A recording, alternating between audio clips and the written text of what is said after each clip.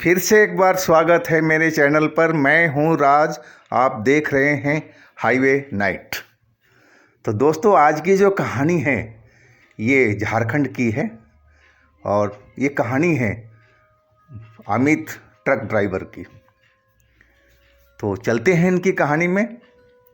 लेकिन दोस्तों, आपने मेरे चैनल को अभी तक सब्सक्राइब नहीं किया है तो प्लीज़ कर लीजिएगा, धन्यवाद आपका। तो हम चलते हैं हाईवे नाइट की सफ़र पर। दोस्तों, मैं हूं अमित, एक पिकअप ट्रक ड्राइवर, और मेरी गाड़ी में प्याज लोड था जो मुजफ्फरपुर से ले करके कोडरमा जाना था, झारखंड के। और हम 2 ड्राइवर थे और हम कोडरमा के लिए निकल चुके थे। और जब हम कोडरमा के बिल्कुल पास में करीब आ गए थे, वहाँ से करीब 1 घंटे का रास्ता बाकी, 1 डेढ़ घंटे का रास्ता बाकी था, तो हम एक होटल पर खाना खाने बैठे थे। और जो हमारा साथी ड्राइवर था वो नॉन वेज वगैरह खाने का शौकीन था, लेकिन मैं उसको मना कर रहा था कि भाई, नॉन वेज खा के हम ट्रक नहीं चलाते हैं, हमें अच्छा नहीं लगता है, से वेज ही खाते हैं। लेकिन वो अपनी जिद पर अड़ा रहा। अरे कुछ नहीं होता भाई, खा लो, सब चलता है, हम लोग तो खा के चलाते हैं, वो बोलता। अब उसके जिद के आगे मुझे झुकना पड़ा था और हम नॉन वेज को खाए मन को मार करके। लेकिन मुझे अच्छा नहीं लग रहा था। अब हम खाना खा लिए थे, थोड़ी देर आराम करके और वहाँ से हम अपना ट्रक लेकर के चल पड़े थे कोडरमा की तरफ। करीब अभी हम 4-5 किलोमीटर चले होंगे। उस टाइम रात को करीब 11:30 के आसपास हो रहा था और अचानक जैसे पहिया फटता है वैसे बहुत ज़ोर से आवाज़ आई हमारे गाड़ी के नीचे से। और मैं घबरा करके ब्रेक लगाया कि कहीं मेरा ट्रक का पहिया तो नहीं फट गया। वैसे ही आवाज़ आई थी और हम दोनों आदमी उतर गए नीचे। बाहर पूरा सन्नाटा फैला हुआ था, सब खेत और घनी झाड़ियाँ उगी हुई थी और अंधेरा ही अंधेरा फैला हुआ था हर तरफ में। जानवरों की रह रह की आवाज़ें आ रही थी और हम फटाफट अपने ट्रक के पहिया चेक करने लगे थे। लेकिन हमारा ट्रक का पहिया बिल्कुल सही था। तो इतनी तेज से आवाज़ कैसे आई थी? और तो कोई आसपास में कोई गाड़ी भी नहीं है, यानी कि रोड तो पूरा सुन सपाटा था, एक भी ट्रैफिक नहीं था। मैं थोड़ा सकते में आ गया कि आखिर वो आवाज़ कहाँ से आई। फिर हमने दोबारा अपनी गाड़ी को नीचे से भी चेक करना शुरू किया, लेकिन हमारी गाड़ी और पहिया सब कुछ सही था। अब थोड़ा सा मेरे को घबराहट हुई। मैंने अपने साथी ड्राइवर से पूछा कि भाई, तेरे को भी आवाज़ आई थी कि नहीं आई थी टायर फटने की जैसी? बोला, हाँ भाई, बहुत तेज़ आवाज़ आई थी। हम एक दूसरे से बात करने लगे, कहीं हम लोग का मन का वहम तो नहीं था। लेकिन नहीं, अगर वहम होता तो सिर्फ मेरे को ही महसूस होता, लेकिन साथी ड्राइवर को थोड़ी होता। अब हम उस इलाके से जल्दी निकलना चाहते थे, लेकिन ये इलाका मुझे अब कुछ सही नहीं लग रहा था। वहाँ का माहौल था वो बहुत डरावना हो चुका था और मुझे अंदर बहुत डर लग रहा था। अपने शरीर में महसूस हो रहा था कि हमारे आसपास में कोई है जो हम लोग को देख रहा है। और मैं अपना ट्रक में बैठ गया था अपने साथी के साथ में और ट्रक स्टार्ट करके और निकल पड़ा। भगवान का नाम मैं लेता रहा, प्रार्थना करता रहा, भगवान अगर मेरे से कोई गलती हुई तो माफ़ कर देना। और हम आगे बढ़ते रहे।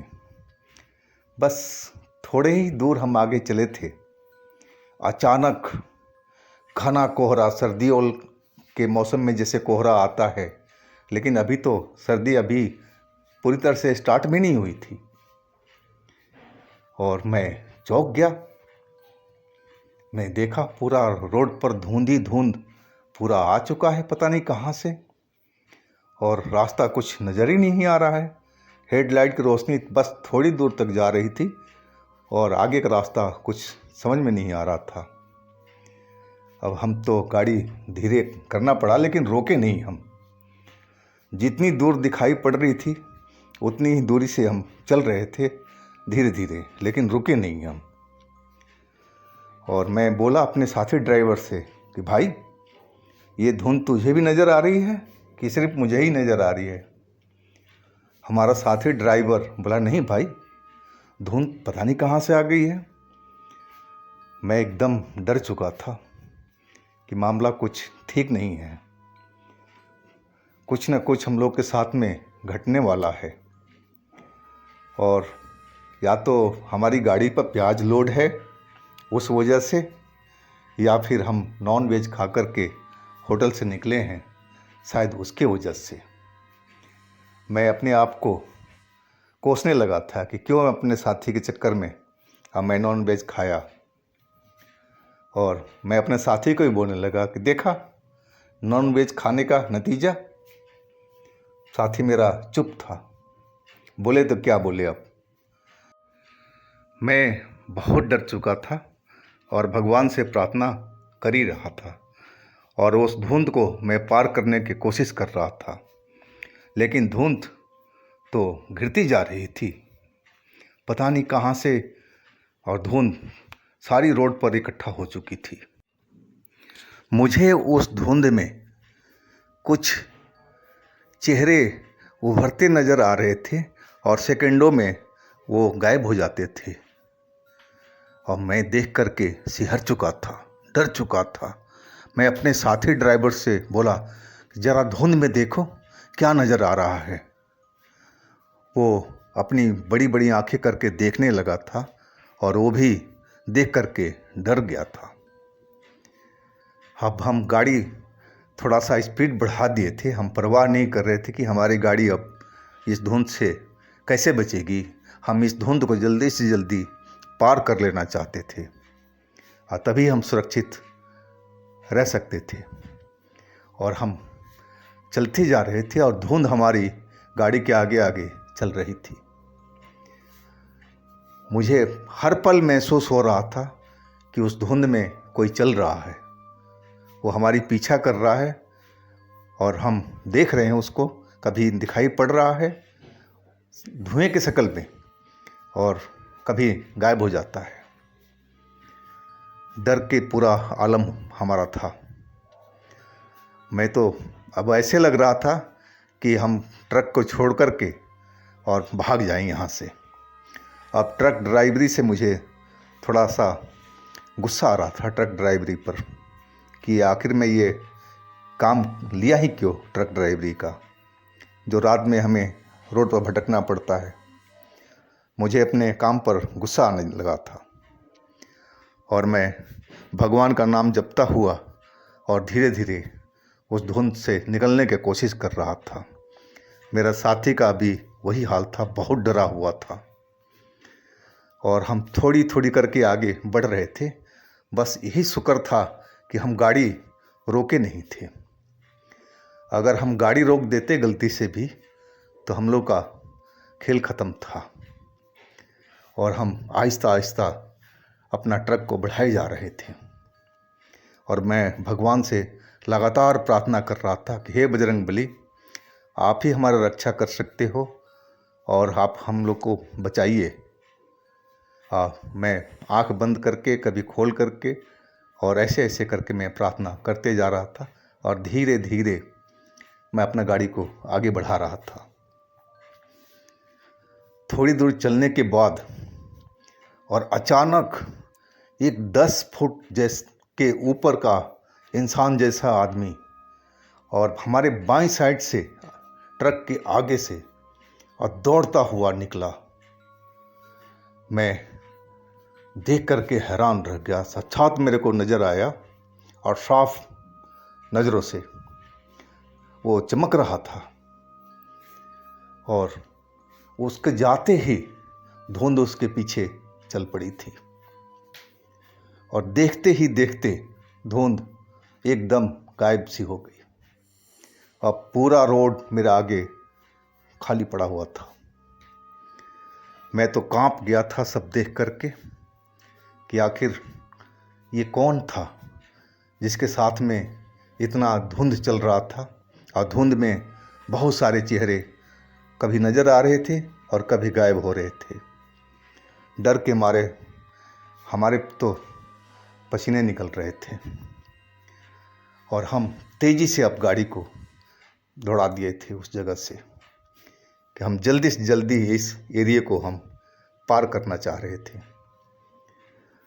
हम उस इलाके से अब निकल चुके थे और अब उजाला एरिया आ चुका था, शहर का इलाका आ चुका था। तब जा कर के थोड़ी हमारी डर कम हुआ और मैं गाड़ी रोक दिया। डरे हुए थे तो हम दोनों थे, और हम आपस में बात करने लगे। मैं अपने साथी ड्राइवर से बोल रहा था, भाई अब तो मैं ट्रक कभी नहीं चलाऊंगा। उसका भी वही हाल था, वो कुछ जवाब ही नहीं दे रहा था। देख लिया भाई, ये तुम्हारा ही कारण ये सब हुआ है। अगर तुम नॉन वेज नहीं खाते तो मैं तो रात दिन चलता रहा, और मेरे साथ में तो कोई ऐसा कुछ नहीं हुआ। मैं तुमको मना कर रहा था ना कि रात के टाइम में नॉन वेज खा करके और सुनसान रोड पर चलना ठीक नहीं है भाई। अब गलती उसकी थी और वो कुछ नहीं बोल रहा था, लेकिन मैं अपने मन में ठान चुका था कि मैं अब आगे से इस पेशे को छोड़ दूंगा, कोई दूसरा काम करूंगा। तो दोस्तों, ये थी अमित की कहानी, और ये कहानी को मात्र अभी 3 दिन हुए हैं। 3 दिन ही कहानी को कुल हुए हैं, और अमित ने मेरे को फ़ोन किया था सुबह में 4 बजे, और 4 बजे ही पूरी कहानी बताया था, और मैं उसी टाइम कहानी को रिकॉर्ड कर लिया था, और आज आप लोगों के सामने मैं पेश कर रहा हूँ इस कहानी को। तो दोस्तों, आप मेरे चैनल को सब्सक्राइब कीजिएगा, लाइक कीजिएगा, शेयर कीजिएगा। अगर आपके पास भी इस तरह की कोई कहानी है, कोई घटना है, तो हमारे पास ज़रूर भेजिएगा। या तो व्हाट्सएप नंबर पर भेजिएगा या फिर इंस्टाग्राम पर मैसेज कीजिएगा, और हम आपकी कहानी को ज़रूर बनाएंगे। तो दोस्तों, हम फिर कल मिलते हैं एक नई कहानी के साथ में। आप लोग अपना बहुत बहुत ख्याल रखिएगा। नमस्कार।